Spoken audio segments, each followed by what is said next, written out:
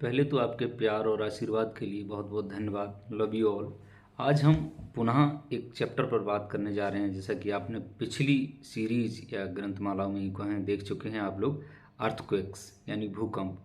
तो भूकंप क्या है, क्यों होता है, कैसे होता है, कब होता है, कहाँ कहाँ होता है, इन तमाम चीज़ों के बारे में हम लोग जानकारी अपनी पिछली जो वीडियोज़ हैं उनमें दे चुके हैं। लेकिन फिर भी कुछ चीज़ें जो हैं वो बाकी थी, यानी यूँ कह सकते हैं कि कुछ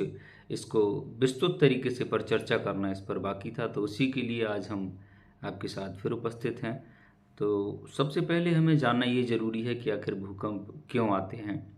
या फिर यूँ कहें कि हमारी जो पृथ्वी है वो विभिन्न प्रकार की परतों से या लेयर से मिलकर के बनी हुई है। जैसे कि आप अगर देखेंगे यहाँ पर, ये मान लीजिए ये आपका अर्थ है, ये पृथ्वी है, और हम लोग इसके जो है भूपर्पटी यानी इस क्रस्ट पर ही रहते हैं। और इसको जो है विभिन्न जो भूगोलवेत्ता हैं, भूवेत्ता हैं, जियोलॉजिस्ट हैं, उन्होंने विभिन्न प्रकार की जो कैलकुलेशंस करके और उनकी अलग अलग जो रिसर्च गवेषणा अनुसंधान हैं, तो उनके थ्रू हम लोग जान पाएँ, इन सारी चीज़ों को ऑब्जर्व कर पाएँ कि एक्चुअल में ये जो आपका अर्थ है, इसका जो बाहर का हिस्सा है उसे क्रस्ट, और इसके अंदर जो है इस ऊपर वाले को अगर यहाँ से हटा दिया जाए तो इसको जो है वो मेंटल कहेंगे। यानी ऊपर का अगर ये ऊपर इतना हटा दिया है तो इसके नीचे का पार्ट जो होगा वो मेंटल कहलाएगा। और इसके बीचों बीच में यानी सेंटर पर अगर हम बीच से आधी यहाँ से काट दें और उसके बाद में बीचों बीच में जो आएगा वो सेंटर हो गया, यानी कोर हो गया। तो अब होता क्या है कि ये जो बना हुआ है इसमें बहुत सारी चीज़ों से बना हुआ होता है, बेसाल्ट वगैरह, रॉक्स वगैरह, बहुत सारे पत्थर, कंकड़, मिट्टी से लेकर के सैंड, सॉइल्स, तमाम चीज़ों से मिलकर के बना होता है। अब इसके अंदर की आंतरिक संरचनाओं पर अगर हम विस्तृत तरीके से पर चर्चा करने की कोशिश करें तो हम पाते हैं कि ये जो है वो ये बाहरी जो है वो है एक हिसाब से यूं कहें कि सियाल, यानी सिलिकॉन और एल्युमिनियम। सियाल जो शब्द बनाया मिलकर के, वो सिलिकॉन और एल्युमिनियम जो है उसमें कुछ ज़्यादा मात्रा में पाए जाते हैं तत्व जो हैं उसके। और फिर इसके नीचे की यानी यूँ कहें इसका जो क्रस्ट है वो सियाल है, और इसके नीचे जो मेंटल है वो सीमा है, यानी उसके अंदर जो है वो सिलिकॉन और मैग्नीशियम की मात्रा ज़्यादा पाई जाएगी। दूसरा हम देखेंगे तो इसके कोर में जो है वो यहाँ पर जैसे यूं कहें कि इसके अंदर वाले पार्ट में बिल्कुल जो अंदर है वो निफे जिसे कह सकते हैं, इनका मतलब हुआ कि निकल और फेरियम, यानी उसमें जो है लोह तत्व वगैरह की जो तत्व हैं इस प्रकार की मात्रा, जो बेसाल्ट वगैरह है ऊपर की मात्रा है, अंदर की मात्रा में बेसाल्ट बहुत सारे तत्व जो हैं वो इनसे मिलकर के अर्थ बनी हुई है। अब होता क्या है, ये जो है वो लिथोस्फीयर कहेंगे, यानी इसके ऊपर का जो भाग है, ये जो सरफेस है इसके, और जो मेंटल है, जो तीन परतें हैं, उन तीन परतों में इन जो दो परतों के बीच की एक परत है लगभग 1.5 किलोमीटर मोटी जो परत है उसे ही लिथोस्फीयर कहते हैं। अब उसमें क्या होता है कि वहाँ से जो है ये ऊपर वाली यानी जो आपका ये ऊपर का जो सरफेस है, यानी जो ऊपर की सरफेस है, और फिर जो इसके नीचे का पार्ट है, यानी जो सबसे नीचे तो कोर हो गया, फिर इसके जो है बीच में यानी कोर हो गया, और इसके ऊपर जो है वो मेंटल हो गया, और ये क्रस्ट हो गया। तो क्रस्ट जो है और मेंटल के बीच में जो है बहुत सारी यूँ कह सकते हैं कि एक हिसाब से फ्रैक्चर्स लाइन आ गई हैं, यानी वो बहुत सारी चीज़ों से मिलकर के बना हुआ है, तमाम विभिन्न प्रकार के तत्व जो मैंने बताया उनसे मिलकर के बना हुआ है। और उसके बाद में उसमें हम लोग देख पा रहे हैं, ऑब्जर्व कर पाते हैं, ये मेजरमेंट ले पाते हैं कि ये जो है कुछ तमाम प्लेट से मिलकर के बनाया है। जैसे कि आप लोगों ने सुना होगा प्लेट टेक्टोनिक्स, मतलब प्लेट्स वगैरह जो हैं चलती रहती हैं, वो दरअसल प्लेट्स हैं क्या, वो ऐसी ऐसी विभिन्न प्रकार की जो परतें हैं, लेयर्स हैं आपस में, हर जो जैसे कि हर अलग अलग जो मीडियम की, यानी चाहे इसकी क्रस्ट कहें, मेंटल कहें, कोर कहें, तो वो अलग अलग चीज़ों से मिलकर के बना है। तो इनके बीच में जो इसका जो क्रस्ट है और मेंटल है, इनके बीच में जो है वो हम देखते हैं कि लगभग जो है वो 1.5 किलोमीटर मोटा एक भाग है जिसे लिथोस्फीयर कहा गया। अब उसके माध्यम से होता क्या है कि वो आपस में जब रगड़ खाती हैं तीनों चीज़ें, यानी यूँ कहें कि इसके ऊपर का जो भाग है वो और जो है इसके नीचे की परत, वो दोनों जब आपस में रगड़ खाती हैं यानी फ्रिक्शंस जब होते हैं तो उनके कारण एक एनर्जी जनरेट होती है। जैसे कि हमने पूर्व की माला में बताया, तो उस एनर्जी के कारण क्या होता है कि वो एनर्जी निकलने की कोशिश करती है इधर उधर, वो सिस्मिक वेव्स की फॉर्म में निकलती है, वो 3 वेव्स की फॉर्म में निकलती है। तो उनके कारण जो फ्रैक्चर्स, फॉल्ट लाइन्स जो बन जाती हैं, वहीं से फिर क्या होता है कि वो भूकंप जनित क्षेत्र कहलाते हैं इसकी सरफेस पर, पृथ्वी के। अब हम ये सारी चीज़ों को पहली ग्रंथमालाओं में जान ही चुके हैं, तो हम अब इससे थोड़ी आगे की चीज़ों को जानने की कोशिश करेंगे। उसके कारण होता क्या है, जैसा कि हम ये भी जान चुके हैं कि जो पी वेव्स हैं उनके कारण जो फ्रैक्चर्स हैं, फॉल्ट लाइन्स हैं, यानी यूँ कहें वो टकराने के कारण या फिर फ्रिक्शन घर्षण के कारण या रगड़ के कारण जो एनर्जी जनरेट होती है उनके अंदर से, प्लेट्स के अंदर से, इसके अंदर धरती के अंदर जो मैंने बता रहा हूँ, तो उनमें क्या होता है कि उनके कारण जो है वो वाइब्रेशंस की फॉर्म में चीज़ें निकलती हैं। यानी यूँ कहें कि वो जो है एनर्जी, ऊर्जा की फॉर्म जो है वो कन्वर्ट होती है वो सिस्मिक वेव्स में, यानी यूँ कहें भूकंप की तरंगों में। अब उन्हें जब निकलने की इधर उधर जगह खोजती हैं वो, तो वो इधर भी जाती हैं, उधर भी जाती हैं, वो चारों तरफ तो भागती हैं, लेकिन हम लोग तो इसके ऊपर वाले छिलके मान लीजिए इसके ऊपर रहते हैं, सरफेस, ये सरफेस पार्ट है यानी ये क्रस्ट है पपड़ी वाला, इस पर हम लोगों के घर, मकान, दुकान वगैरह जो भी हैं हम लोग यहीं पर रहते हैं। तो यहाँ पर जो है जब इधर भी आती है वो निकल करके बहुत तेज़ी से, तो क्या होता है उसके कारण जो यहाँ पर जानमाल की क्षति और नुकसान भी होता है। स्वाभाविक बात है, ये पूरा हिल जाता है ऐसे करके सिस्टम।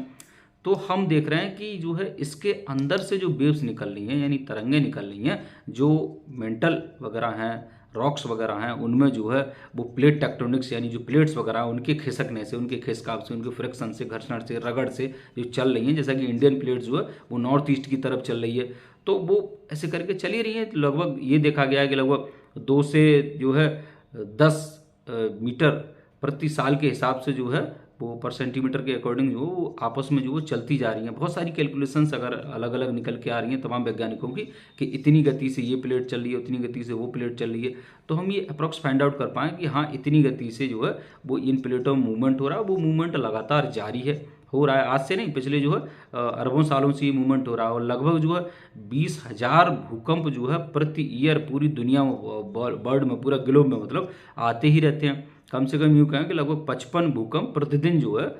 कहीं ना कहीं जो आते रहते हैं। लेकिन होता क्या है कि उनकी तीव्रता जो है वो कम होती है, फ्रीक्वेंसी कम होती है, यानी उनकी इंटेंसिटी कम होती है, उनका जो है एक हिसाब से मैग्नीट्यूड जो है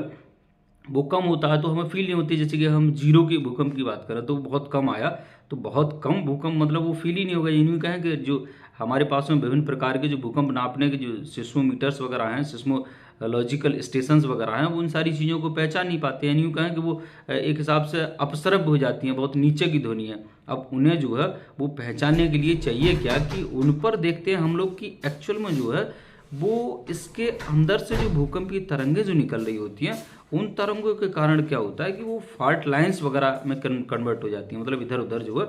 अब उन्हें जब हम मेजरमेंट करते हैं, यानी हमारे जो बहुत सारे पैमाने हैं, चाहे वो मर्केली स्केल्स वगैरह हों, रोसेल स्केल वगैरह हों,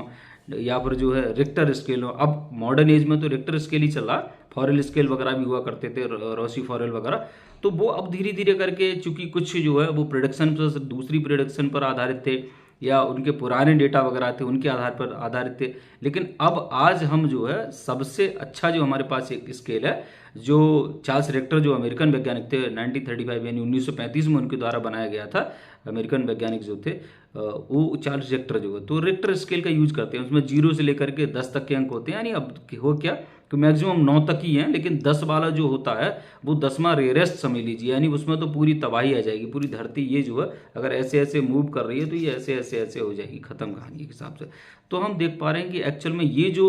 है भूकंप, ये जो तरंगे हैं उनके कारण इस सरफेस में हलचल आ जाना, जिस पर जो क्रस्ट पर हलचल आ जाना, इसी को भूकंप कहते हैं। अन्यथा होता क्या है कि अदरवाइज तो रोज ही डेली ही कुछ ना कुछ इसके अंदर जो है वो सिस्मिक एक्टिविटी चलती रहती है, लेकिन वो लो लेवल की होती है। यानी यूँ कहें कि अगर वो 0 मैग्नीट्यूड की है तो फिर चलती रहेंगे, उनसे कोई फर्क नहीं आने वाला विशेष जो है। अब जैसे 1 से 2 के बिटवीन होती है तो बहुत हल्का जो है झटके जैसे महसूस हो सकते हैं जगह जगह पर। फिर जो है 2 से 3 के बीच में तो वो थोड़ा और, मतलब यूँ कह सकते हैं 3 से 4 के बीच में जो है मॉडरेट हो गया, 4 से 5 के बीच में जो है थोड़ा स्ट्रॉन्ग हो गया, या फिर यूँ कहें कि उससे थोड़ा और हल्का 5 से 6 वाला स्ट्रॉन्ग, और 6 से ऊपर जो है वो स्ट्रॉन्गेस्ट हो गया। और इसी हिसाब से अगर हम कहेंगे 7 वाला तो फिर जो है वो बहुत ज़्यादा मतलब हो जाएगा, जो है एक हिसाब से कहें कि वो हाई लेवल का हो जाएगा, हायर लेवल का हो जाएगा। फिर अगर 9 वगैरह की बात करें, 8 और 9 की, तो वो तो हाईएस्ट लेवल का हो जाएगा, वो तो पूरा ऐसे कर देगा। तो हम देख पाते हैं कि ये जो है वो रेक्टर स्केल के माध्यम से जो नापे जाते हैं। अब नापा कैसे जाता है भूकंप को, हम थोड़ी इसकी मैकेनिज्म को भी समझ लें, चूँकि पूर्व की ग्रंथमालाओं में इसको जो है मेरे द्वारा बताने का प्रयास किया गया था, लेकिन जो है वो कम संक्षिप्त वे में, यानी शॉर्ट में बताने का प्रयास किया गया था। तो हम फाइंड आउट कर पा रहे हैं कि एक्चुअल में ये जो हमारे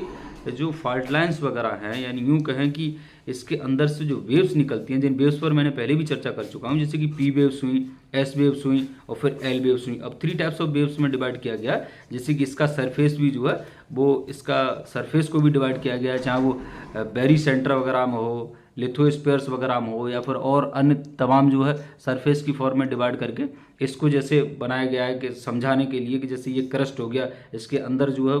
वो मेंटल हो गया, इतने से इतने किलोमीटर से, जैसे कि 28 किलोमीटर तक जो है,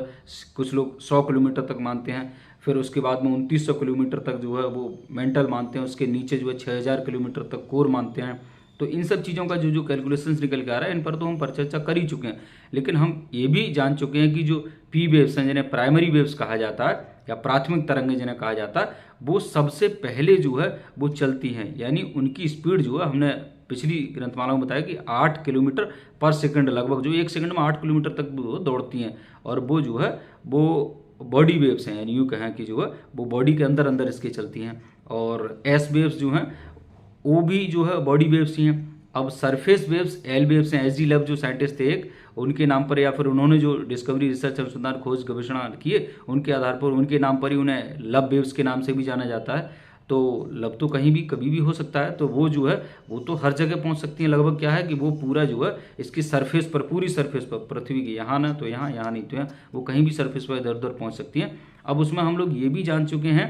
कि होता क्या है कि यहाँ से जो पी वेव्स चलती हैं, उनकी गति जो है वो 40% एस वेव्स के मुकाबले ज़्यादा होती है। तो हम इसकी मैकेनिज्म को यूँ समझेंगे कि अगर यहाँ से जो है वेव्स जहाँ से चलती हैं लिथोस्फीयर से जो है, वहाँ से चलने के बाद में क्या होता है कि वो जो है चारों दिशाओं में इधर उधर हर डायरेक्शन में जाती हैं। तो हमारे जो सिस्मिक स्टेशन, सिस्मोलॉजिकल स्टेशन जिन्हें हम कहेंगे, वो लगे हुए हैं, एक यहाँ लगा, एक वहाँ लगा, जगह जगह कई जगह लगे हुए हैं।